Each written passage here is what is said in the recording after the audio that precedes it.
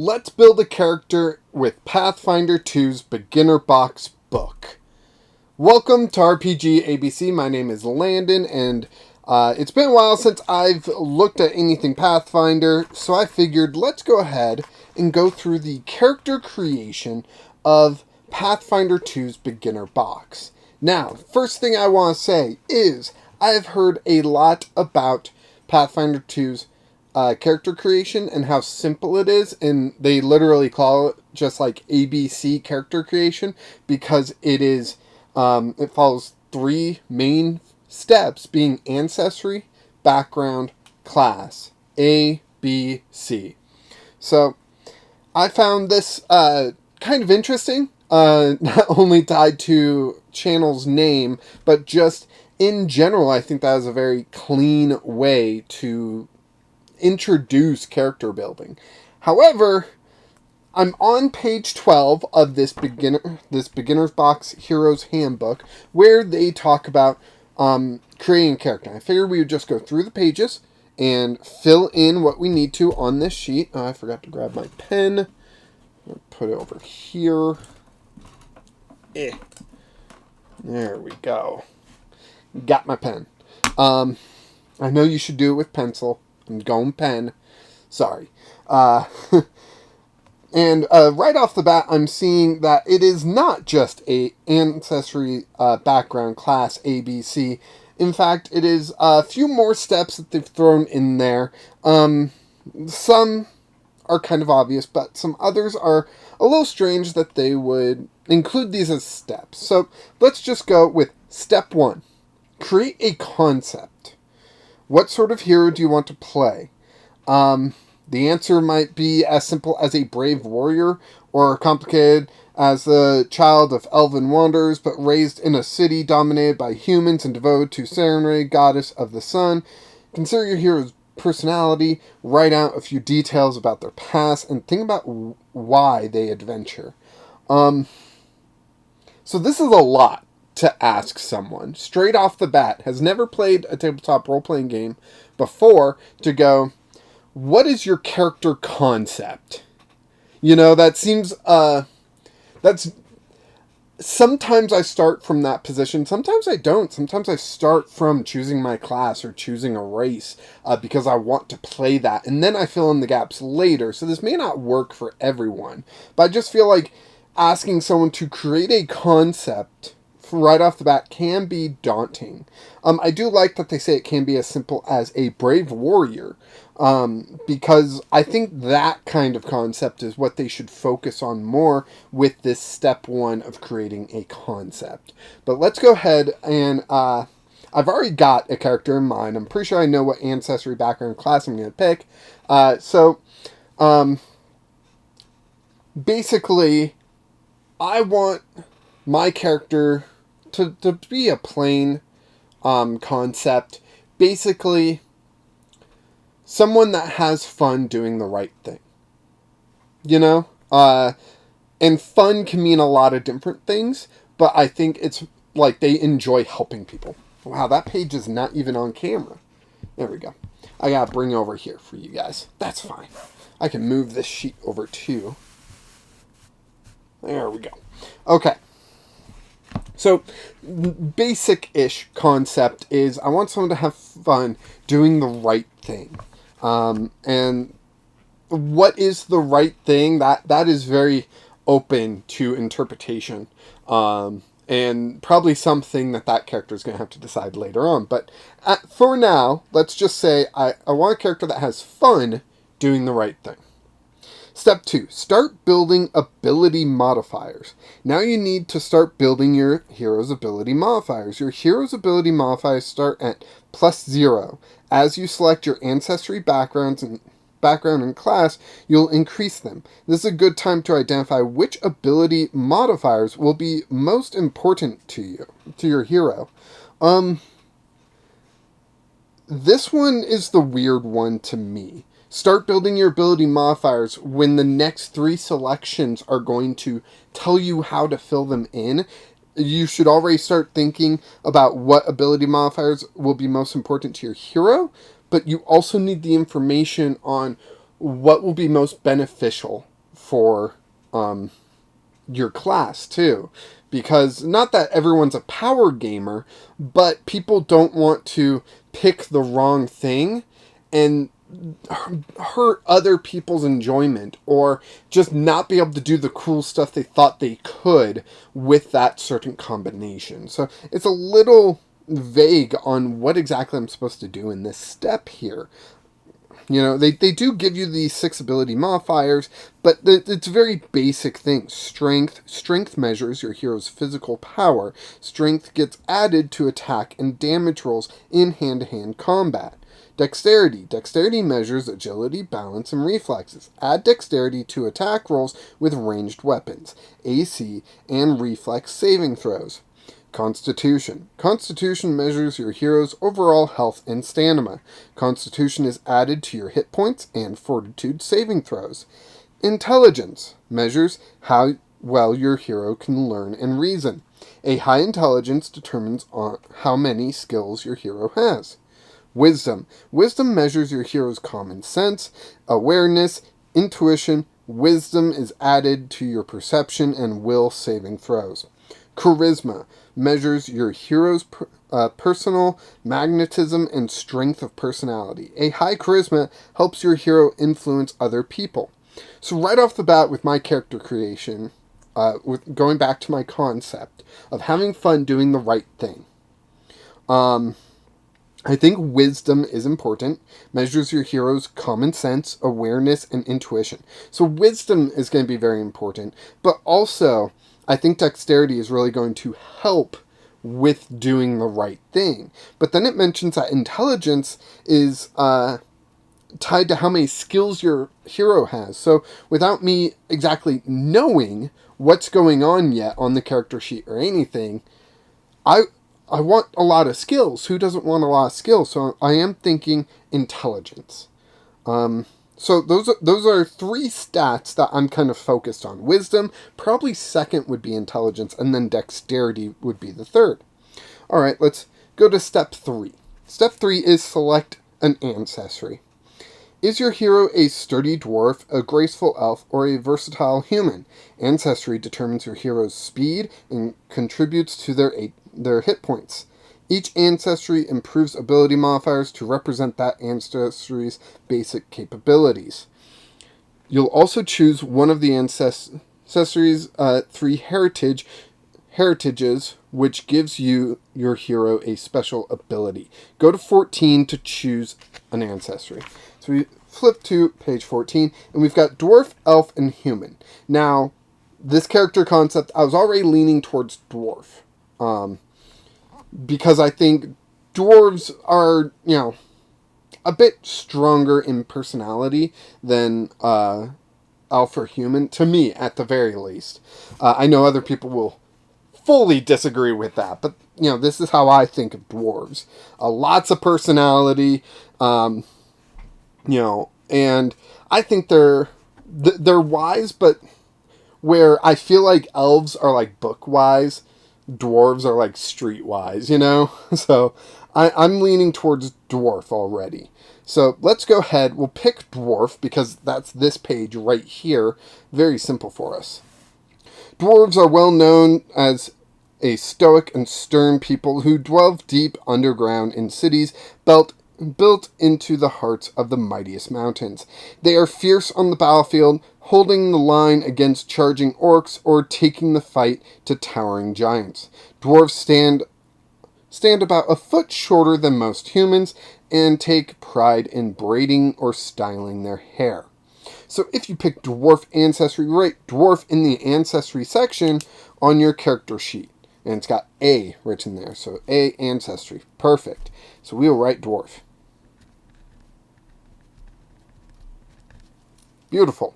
Ability boost. Dwarves are both sturdy and wise. Add +1 to both your constitution and wisdom. So we go down to D, and we add a +1. Now, this is where having a pen is a little awkward. I'm just going to use tally marks for my plus. It's got a big enough box here, and I think that's going to work for what we want. Man, I hope this pen... I don't have a pencil, right? No, who uses pencils anymore? Uh, Most people just play digitally, right? So we're going to add 1 to wisdom and constitution. So 1, 1. All right. Hit points. Dwarves are hardy and can take a lot of punishment. Write 10 in the maximum box in the hit points area E, although you will add more to this amount later. Alright, so E maximum, we're going to write 10, but I'm going to write it off to the side. Just that way we can, because it's pen, add more later. Speed. Dwarves are a bit slower than most. Put 20 feet for your speed. Alright, speed. 20 feet. That is slower than I was expecting. Dark vision. Dwarves can see in darkness. Write dark vision in senses and notes box under perception. H. There we go. H. Senses and notes. Dark vision. Pick a dwarf heritage. Like for most folk in the world, there are many different family lines of dwarves, all with their own traditions and specialties. Pick one of the following heritages and write it in the heritage area under your ancestry A. Then add its abilities to your character sheet. So the heritage, which we got here, we've got Death Warden Dwarf, sounds cool, Forge Dwarf, or Rock Dwarf. Death Warden Dwarf. Your ancestors have been tomb guardians for generations, and the power that they cultivated to ward off necromancy has passed on to you. In the notes area under saving throws, write Death Warden. Successful saves against necromancy count as critical successes. In addition, in the ancestry ability, write Undead Hatred +1 to damage rolls against undead creatures. Now, I am leaning towards Death Warden Dwarf because we wanted to really specify doing the right thing. And when has necromancy ever been the right thing? So fighting against necromancy sounds like the right thing to do because necromancy is generally an evil ability. So I'm going to pick Death Warden Dwarf. Let's go ahead and read what I'm missing out on with the other dwarf heritages, though. So Forge Dwarf. You are well adapted to hot environments and you know about quality weapons because of all the time you and your ancestors put in working at hot forges. In the notes area beneath your hit points, write Forge Dwarf. You take 1 less damage from fire. In addition, in the ancestry ability, write Dwarven Weapon Familiarity, trained in the battle axe, pick, and warhammer. So that's pretty cool. And then Rock Dwarf. Your ancestors lived and worked amongst the great ancient stones of the mountain in the depths of the earth. In the notes, under saving throws, write Rock Dwarf +2 to fortified and reflex DCs to shove or trip you. In addition to ancestry ability, write Stone Cunning +2 to perception to notice unusual stonework and traps hidden in the stone. Yeah, I'm definitely looking at the Dwarf Warden. Or the Death Warden Dwarf. The Dwarf Warden. So let's go ahead and fill that in. Death Warden. I write big, so I can't write dwarf there. In the notes under saving throws, which is I, which is over here, notes, we want to write, okay, we need to write a lot here. Death Warden.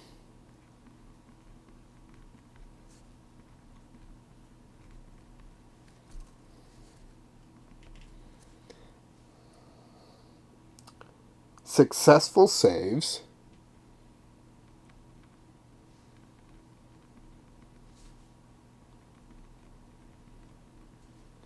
Success saves versus necromancy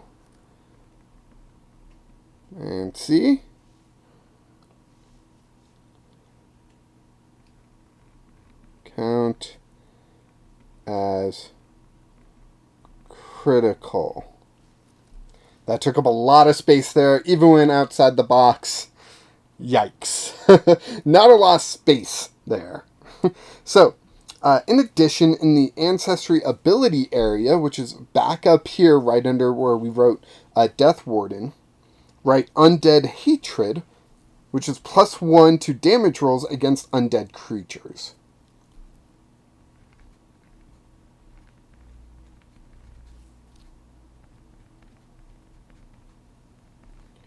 Hatred +1 damage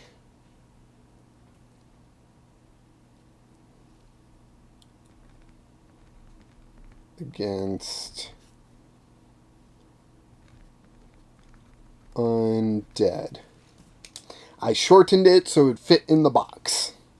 Alright, so let's see. We finished here, right? Yep, then it's elf and human.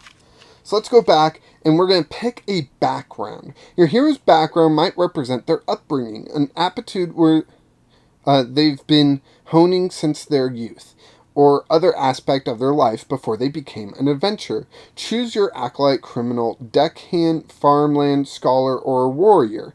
Your hero's backgrounds improve ability modifiers and grant special abilities. And grants a special ability. Go to page 18 for background. 18, huh? Alright. So here we already have some.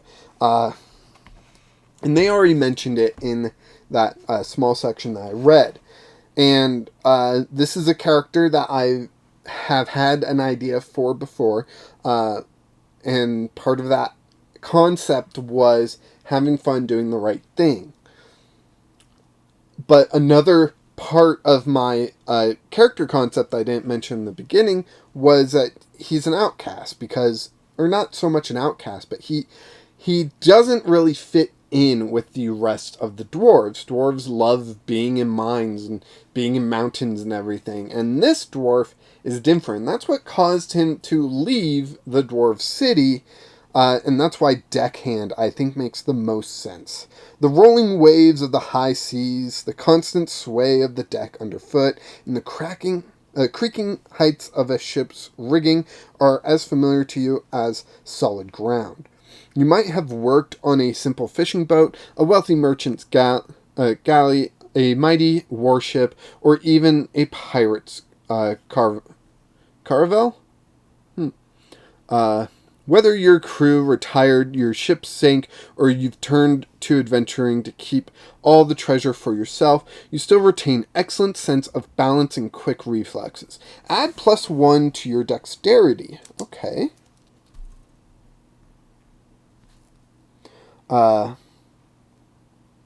If you become a rogue, add +1 to your strength instead. I don't think I'm going to become a rogue.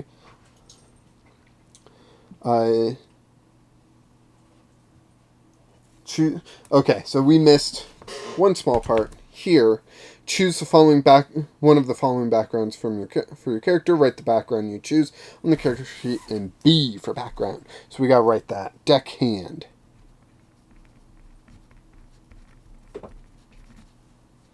I like to imagine that he didn't really fit in, and no one wanted to be part of the dwarven navy. But he was like, you know what? That actually sounds kind of fun. It gets me out, out of this mountain, on possibly the lake nearby or the rivers nearby or something like that.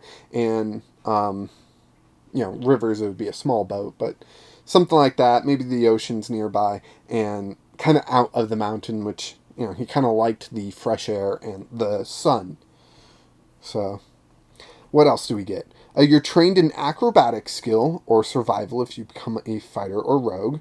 And the sailing... See, it's mentioning things we haven't picked yet, which I'm also struggling with that a bit. Because it's like, what... let me jump ahead. Okay, they have cleric, and I'm kind of leaning towards cleric right now.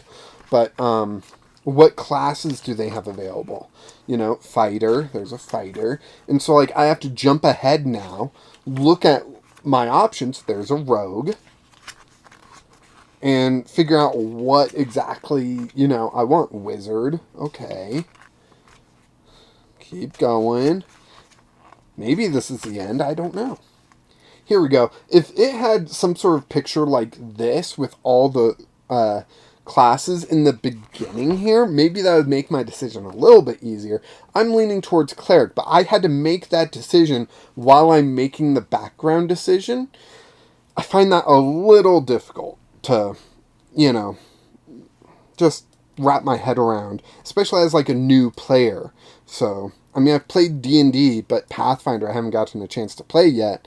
And so it's a little awkward being like, well, if you pick this later, then you'll actually want to change this to this. And it's like, let me just focus on one thing at a time, right? So, and I feel like I'm being overly critical here. And that's just because, like, I'm new to it and I'm trying to learn and everything. Like, so maybe it makes sense the more experience you have, but that kind of hurts your onboarding process, if that makes any sense. So, we are trained in acrobatics. Where is acrobatics? Acrobatics is here. In sailing lore skill. Okay, so it doesn't say what trained means. I see a T and an E. I assume T means trained. I'm just going to put a dot in there. Because it's not telling me to, like, fill in that dot.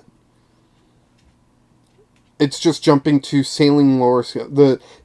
Right sailing under lore in skills in G. So in G, lore, right sailing.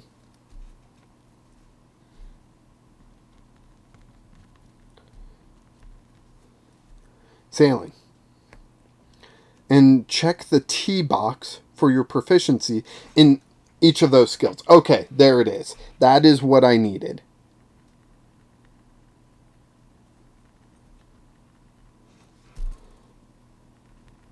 So if I was, writing this, I would probably just tell you, like, you're trained in acrobatics. Fill in or check the T on acrobatics.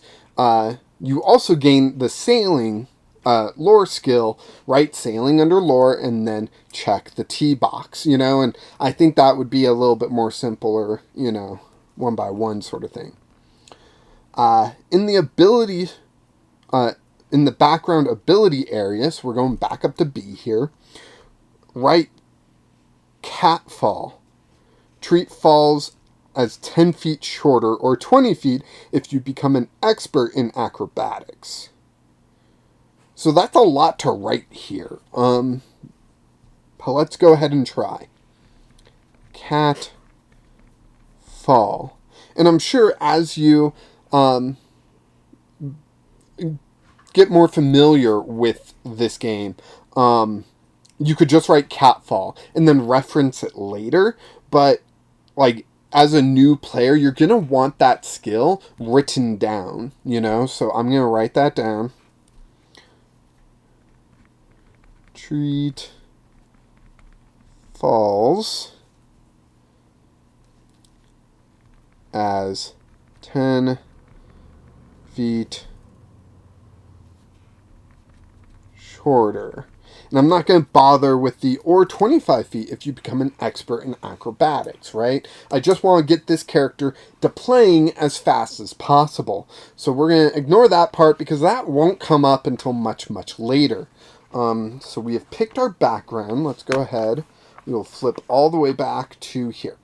Next up, step 5. Choose a class. A class gives your hero a suit of heroic abilities and determines their role in a fight. Each class has 3 options that let you decide what type of hero you want to be. Will you play a devoted cleric, a mighty fighter, a cunning rogue, or a studious wizard? Go to page 20 for a cleric. So we already know we're going to go clerics. Let's just go to cleric. All right. So, we did pick a spellcasting class, so that might make things a little bit more difficult here, but we'll see. Surprised I haven't used any of my dice yet. I don't know if, like, this character creation even uses dice. Who knows? So, if you decide to play a cleric, write the following things on your character sheet. Clerics are very wise. Add +3 to your wisdom. Nice. So we already have a +1 in wisdom, so adding a +3, right? Am I doing this wrong? Then pick 3 other ability modifiers and add +1 to those. You can't pick the same ability modifier more than once. Alright, so we get wisdom +3. 1, 2, 3. So we're at +4 on wisdom. Then we get 3 +1s. And I already mentioned intelligence and dexterity. So if we pick intelligence and dexterity, and then we want to be strong, right? Who doesn't want to be strong in their heroic fantasy? So let's put 1 in strength. There's our 3 +1s, right? Hit points. Clerics can take some hits in a fight. Add 8 to your maximum hit points. These get added to the hit points gained from your ancestry choice. Then add your constitution to the total. So our constitution is 1. We add 8 to our 10. So 10 plus 8 is 18, plus 1 is 19. So 19 maximum hit points. That's not bad. That's not bad. Initial proficiencies. At first level, you gain the listed proficiency ranks in the following statistics. You're untrained in anything not listed unless you gain a better proficiency rank in some other way. For each of the following items, check the T box for the statistic if you are trained, and both boxes if you are an expert. So, we've got skills, perception. Oh, okay, I see. So skills. Trained in diplomacy. There we go. Diplomacy. That box. Trained in medicine. We find medicine. Trained. And religion. Trained. Alright, perception. H box. So that's up here. Trained in perception. Okay, so we'll fill in that. Saving throws. The I box right below that. Expert in fortitude. Okay.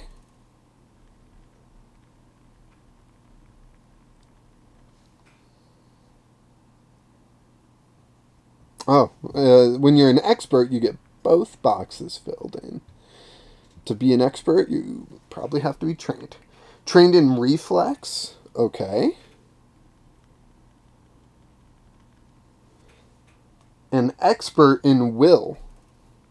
2 experts and 1 trained in saving throws. That seems good from my experience with other RPGs. Mostly D&D. So I wonder if that's going to be good here. Defenses. Trained in light armor, medium armor, and unarmored defense. No heavy armor. Okay. Interesting. So, unarmored, light armor, and medium armor. Attacks. K. Trained in simple weapons and fists. That's cool. So, fists trained. And simple weapons trained. Spells. Trained in spell attacks and spell DCs. Okay. N.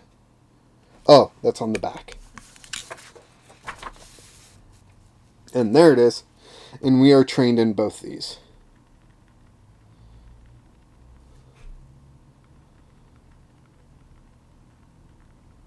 Okay. Let's see. Play a cleric if you want to support and heal your allies with divine spells, fight with the favored weapon of your deity, know your religious writings and images, oppose and destroy evil undead creatures. And that's kind of the part that I'm focused on, is the oppose and destroy evil undead creatures. Evil. Boom. We want to have fun doing the right thing. Fighting against evil is the right thing, right?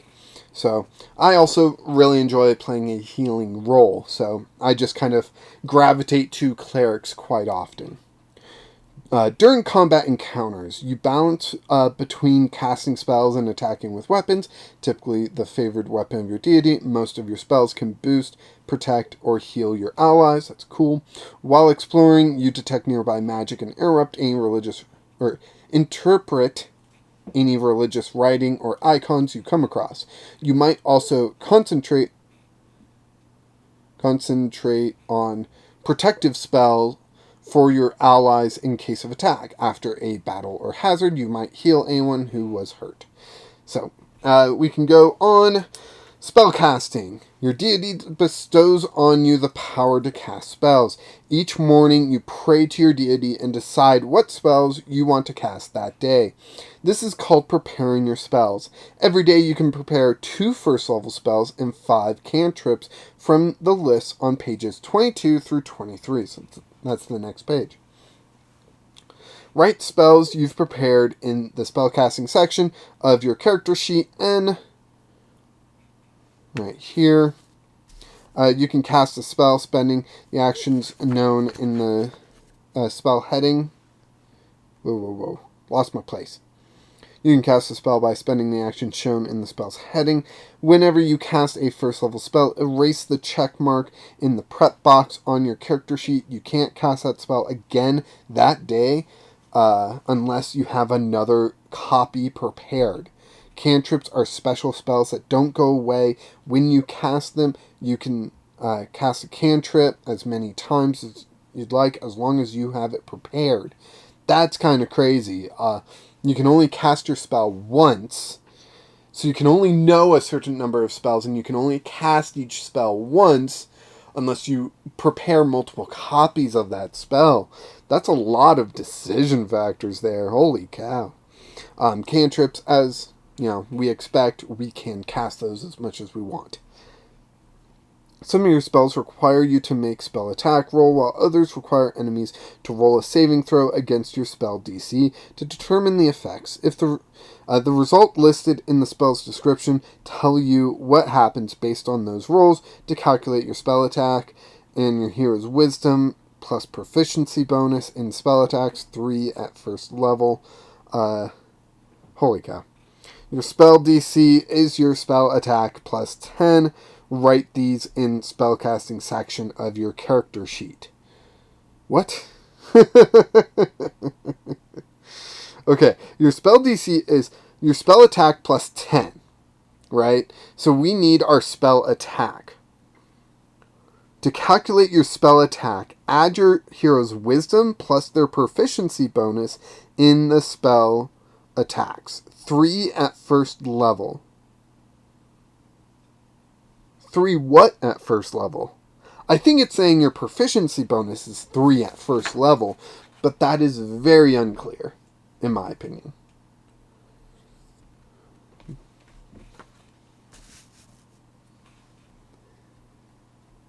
It never told us to write our class, did it?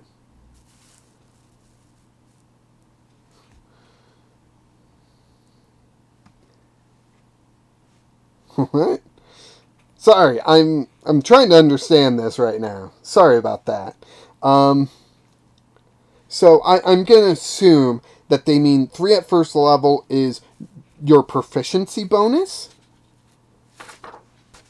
So your wisdom, which mine is 4, plus their proficiency bonus, which it never told us to write a proficiency bonus to whatever. So I'm going to assume. Why does that say int for spellcasting when it's wisdom? Oh man, sorry. Trying to figure this out, and I am getting all turned around. Maybe it's because it's late and I'm tired, but you know what? Let's just move on. Hopefully we're almost done here. A divine font each day, in addition to the normal number of prepared spells, you prepare extra first level heal spells. The number of extra spells is equal to 1 plus your charisma. Okay, so our charisma is 0. So we can prepare 1 extra heal spell. Okay.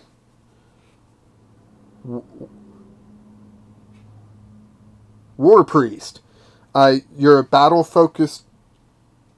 Is this selecting a subclass?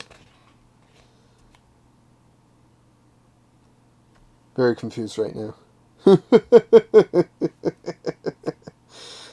You're a battle-focused cleric called a War Priest, so you excel in combat and know how to make the most out of shields. You gain the shield block reaction. Write this in the class section of your character sheet, which is, in section C there. Shield block requires you to first raise a shield. So raise shield and then shield block. And then we've got deities. The final choice you make. Okay. Am I the only one that finds this to be slightly confusing? Maybe I'm overthinking it or something. Because it said we would have, 3? Didn't it say we would have 3 choices? If I go back. Man, someone is yelling at me right now. Each class has 3 options that let you decide what type of hero you want to be. So each class has 3 options, right? Are the 3 options Spellcasting, Divine Font, and War Priest? Because then it goes into deities here.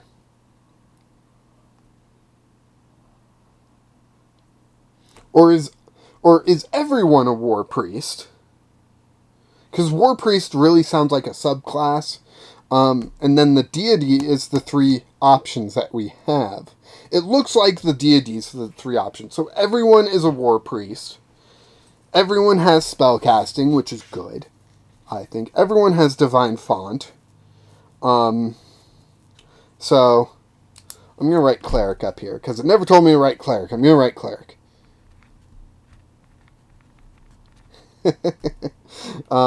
We are a War Priest, so write this in the class section of your character sheet. Class abilities?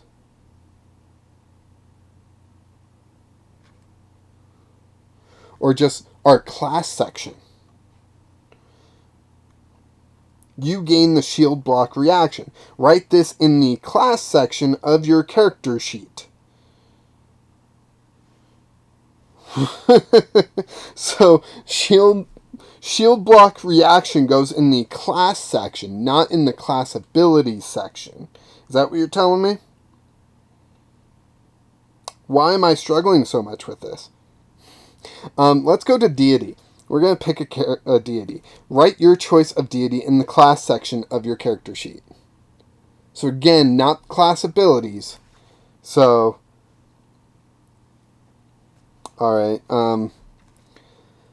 Desna is the butterfly goddess of dreams, luck, and travel. As her cleric, you swear to aid fellow travelers, explore new places, express yourself through art and song, and find what life has to offer. You also promise never to cause fear or despair or engage in bigoted behavior. You become trained in acrobatics and the star knife. Write this in the other weapons proficiency in K. Star knife. Well, I don't know if I've selected this yet. I'm already trained in acrobatics. That's something that just clerics get. Weird. You can prepare the first level spell sleep. Oh, okay. How about Sarenrae? Sarenrae is goddess of healing and the sun. As her cleric, you swear to protect allies, provide aid to the sick and wounded, and help repentant creatures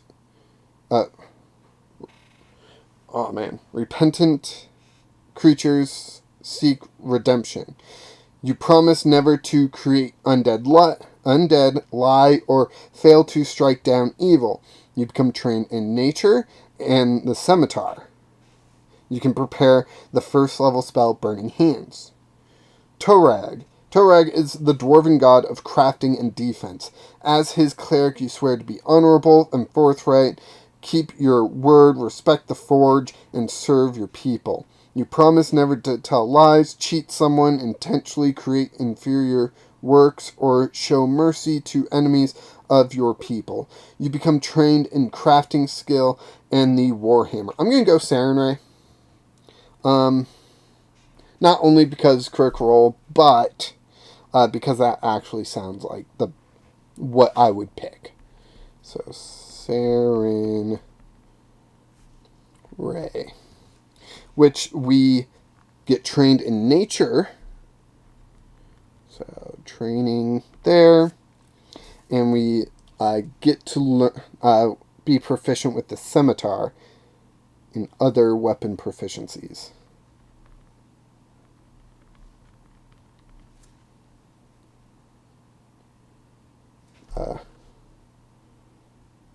And we're trained in it, so I guess I'll fill in that bubble too. Whew, boy. Okay. We're going to skip any type of spell selection, because that can just go on forever. And this video is already getting pretty darn long. And I'm not even sure I'm filling this out correctly, which is really frustrating because this is a beginner box. How to create your hero as a beginner. And frankly, I'm getting a little confused by certain things. So let's just move on to buy equipment. Step 6. Every hero needs equipment. Begin with the starting equipment package for your class you choose. Then use the money left over to purchase any items you want. Go to page 40 for equipment. 40.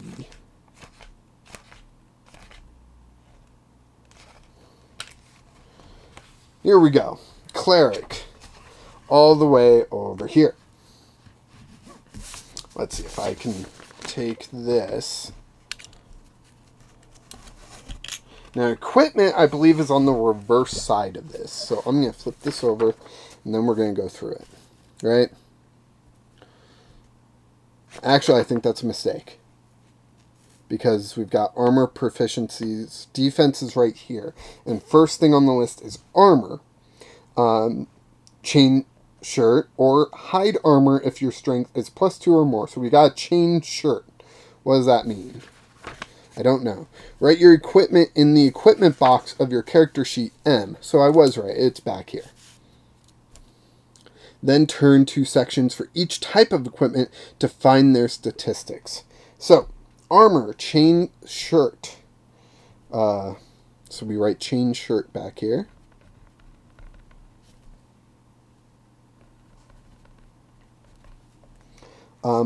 Weapon. If you worship Dessa, you have a star knife. If you worship Sarenrae, you have a scimitar. That's what we got. Scimitar.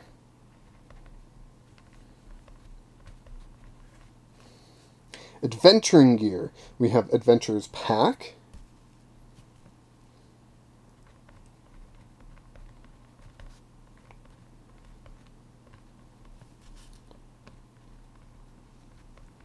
Healer's Tools.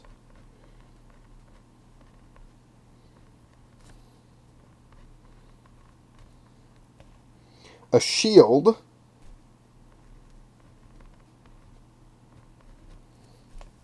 Wooden religious symbol.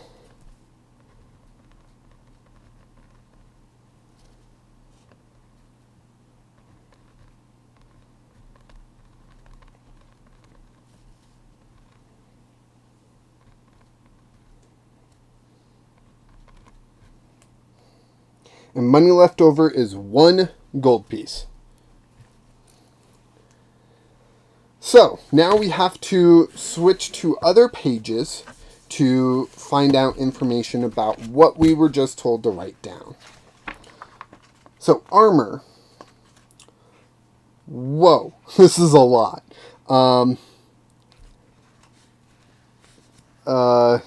Okay. Armor. Armor increases your defenses, but medium or heavy armor can hamper movement. Armor protects you only while you're wearing it. If you want to increase your defense beyond the protection your armor provides, you can use a shield. We have a shield. Armor class. Your armor class, AC, measures how well you can defend against attacks. When a creature attacks you, your armor class is the DC for that attack roll. Right. Donning or and removing armor. Getting in and out of armor is time consuming, so make sure you are wearing it when you need it. There's a lot to read here. Go ahead and move it over here. Armor statistics. The armor table on the next page provides the statistics for suits of armor that you can purchase and wear. Organized by category, that table uses the following terms. Category. The armor's category, light armor, medium armor, or heavy armor, indicates which proficiency bonus you can use while wearing the armor. If you aren't wearing any armor, use the proficiency bonus for unarmored defense. Okay, we are wearing armor. We have a chain shirt. AC bonus. This number is the item bonus you add for the armor when determining your armor class. Write this number in the item box for defense section of your character sheet. J. So J is here, defenses, and we write the number in the item box of the defense section. Wait. AC bonus. We write the AC bonus, which is a +2. So we can write +2, right? Item. There we go. Plus. Oh, it already has the plus, so. Item. 2. Cool. Dexterity cap. This value is the maximum of your dexterity that can apply to your AC while wearing a suit of armor. For example, if you have a dexterity of +4 and wear a suit of half plate which has a dex cap of +1, you apply the most of a +1 bonus from your dexterity to your AC while wearing the armor. Okay, so that's just, how much dexterity can actually affect you. So chain shirt has a +3 dex cap. Our dex is 2, so it would only be a 2. If we had 3 decks, it would be 3, but if we had 4 decks, it would still be 3, because that's the cap on how much dex can help you with your armor. Alright, I understand that. Strength threshold. If you're strong enough, you can overcome some of your armor's penalties. If your strength is equal to or greater than this value, you can ignore the armor's check penalty. See below. And decrease the speed penalty. Okay, so our strength threshold is +1. We are +1, so we do match that. So thank goodness I put that 1 in the strength, Check penalty. While wearing the armor, you take this penalty to strength and dexterity-based skill checks, except for the grapple, shove, and trip actions. If you meet this armor strength threshold, you don't take this penalty. Write the number in all of the armor boxes in the skills section of your character sheet. G. Okay, so we go to G, armor, but we don't have that penalty, because we meet the strength threshold, so we don't need to write that. Beautiful. Speed penalty. There is no speed penalty for our chain shirt, but if you meet the armor strength threshold, reduce the penalty by 5 to no penalty if the penalty was -5, or to -5 if the penalty was -10. Write your adjusted speed on your character sheet. There is no speed penalty. We're great. Armor traits. Oh. If a suit of armor has traits, they're listed in this entry. Armor can have the following traits. Bulwark. Armor covers you so completely that it provides benefits against some damaging effects on reflex saves to avoid damaging effect, such as fireball. You add +3 instead of your dexterity. Write this benefit in the notes of the saving throw area. We have flexible and noisy as armor traits. So, flexible. The armor is flexible enough that doesn't hinder most actions. Don't apply its check penalty to acrobatics or athletics. Write 0 in the armor box for these skills. Okay, so write 0 in acrobatics and athletics. Noisy. This armor is loud and likely to alert others to your presence. The armor's check penalty applies to stealth checks even if you met this required strength threshold. Write the check penalty box armor for... Okay, so we still have a negative to stealth, which is -1. So 1 minus whatever. Shields. We have a shield. We do. There, it says shield. A shield costs 2 gold. It can increase your defense. You must be holding a shield in one hand in order to use it, and it grants its bonus AC. Only if you use the raise shield action on your turn, this action grants +2 circumstance bonus to AC until your next turn. If you have access to the shield block reaction from your class, you can use it while raising your shield to reduce damage you take by 5. Both you and your shield then take any remaining damage.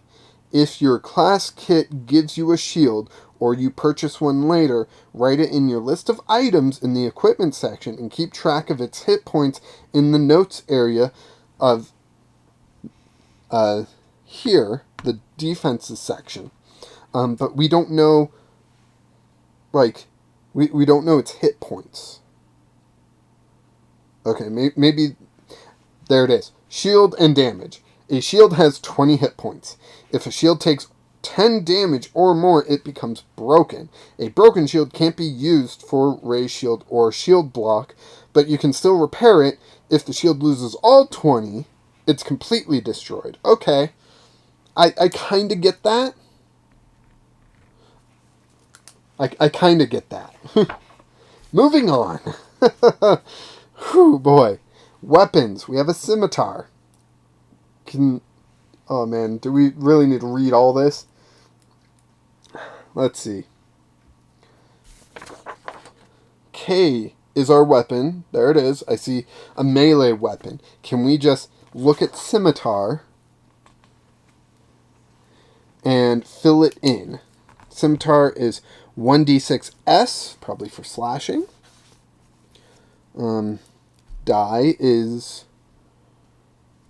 here. Melee weapon, scimitar.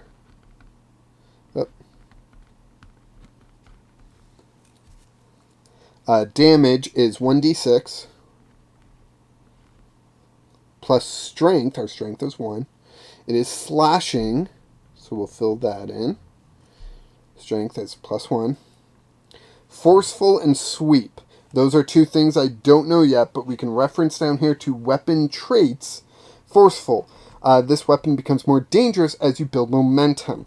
When you attack with it more than once on your turn, the second attack grants +1 circumstance bonus to your damage roll, and the third attack gains a +2 circumstance bonus to the damage roll. If your weapon is a +1 striking weapon under a magic weapon spell or using power attack, you gain +2 Holy cow, that's a lot. We're going to write the traits. But we cannot write all that. That is a lot to write. And that's why, you do these like keyword sort of trait things. So we're going to write forceful. Forceful and sweep under the traits here. Sweep. What's sweep? This weapon takes wide sweeping or spinning attacks, makes wide sweeping or spinning attacks, making it easier to attack multiple enemies. When you attack with this weapon, you gain +1 circumstance bonus to your attack roll if you already attacked a different target this turn using this weapon. That's pretty cool. I kind of like that. Moving on. Whew, boy. Next up, we got like an adventurer's pack, a healer's tools. We already did the shield and a religious symbol. I'm not sure if we have really much to go off here. I can just read what this has about each of these. So, adventurer's pack. This item is the starter kit for an adventure containing all the essential items for exploration and survival. The pack contains the following items: a backpack, a bedroll, 10 pieces of chalk, flint and steel, 50 feet of rope, 2 weeks rations, soap, 5 torches, and a water skin. Yeah, and then next it says backpack and so on and so forth, and there's a lot of other stuff. Healing tools. This kit of bandages, herbs, and suturing tools is necessary for medicine checks to stabilize, staunch bleeding, or treat wounds. Expanded healer's tools provide a +1 item bonus to such checks. If you wear your healer's tools, you can draw and replace them as part of the action that you use them. Okay? Wooden religious symbol. Religious symbol. This piece of wood or silver is with an image representing a deity. Some divine spellcasters, such as clerics, can use a religious symbol of their deity as a divine focus to use specific abilities, cast certain spells. A religious symbol must be held in one hand to use it. Holy cow. And I think that's about it, but let's go all the way back. I think we're almost done here, people. We're just going to go to step 7, finishing your hero. The last step in creating your hero is to calculate their statistics based on the choices you've made in the process. Go to page 48 for instructions on finishing your hero. Here we go. Math time? I hope it makes sense. I know with the spellcasting I struggled there. Still not 100% sure I was right, but let's go on here.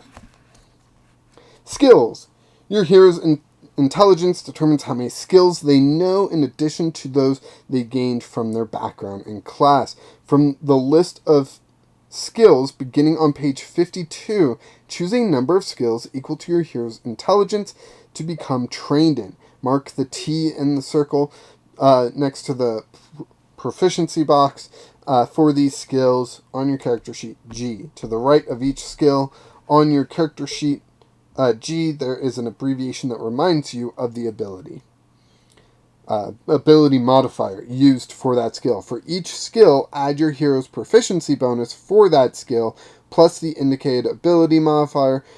Some skills like acrobatics and stealth have an extra box for an armor penalty, which you'll subtract from. So it's talking about proficiency bonus again. Where did I miss that? That's what I want to know.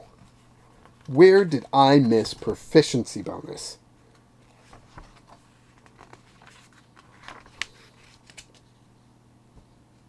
Because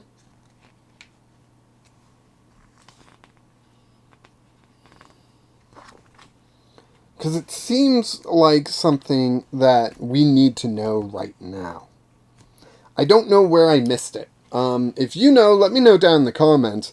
So far, this has actually been pretty difficult for me to get through because I think it's skipping over stuff like proficiency bonus, spellcasting modifier stuff, which also is tied to proficiency bonus. So I think the proficiency bonus is really the part that's just I'm getting stuck on because I don't know the proficiency bonus.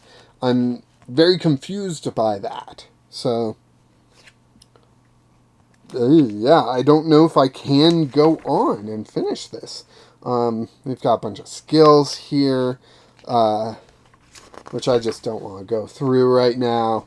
But I think we are pretty much done without going into all this detail. Just like spells, I don't really want to go through all these things here in this. It's been an hour.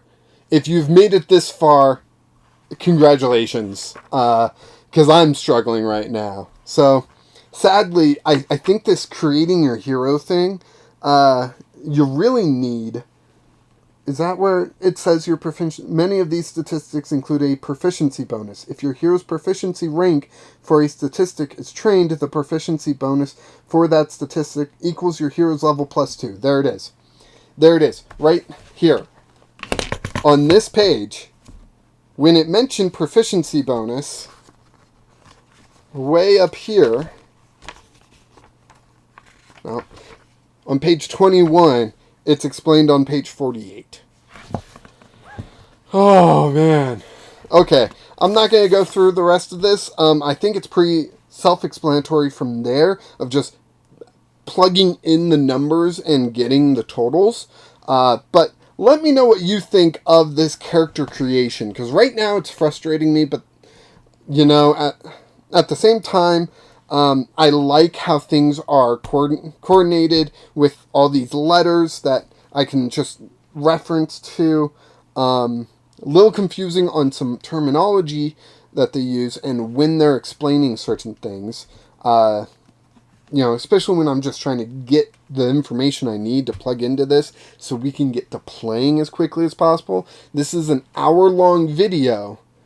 I don't think that's great to try to get people into playing. I know there's pre-generated characters, but I think character creation needs to go a little bit quicker than an hour. But that's just my opinions. I want to know your opinions about this. And especially if you like how this book did it, let me know what I missed. I would love to know that. And yeah, I don't know what else to say. But thank you so much for watching, especially if you made it this far. Please like this video. Subscribe to the channel if you want to see more content like this. Yeah, and join the Discord if you want to play any tabletop role-playing games with me. I do want to run a game of Pathfinder, so go ahead and join the Discord if you want to play Pathfinder with me. And until next time, keep rolling dice.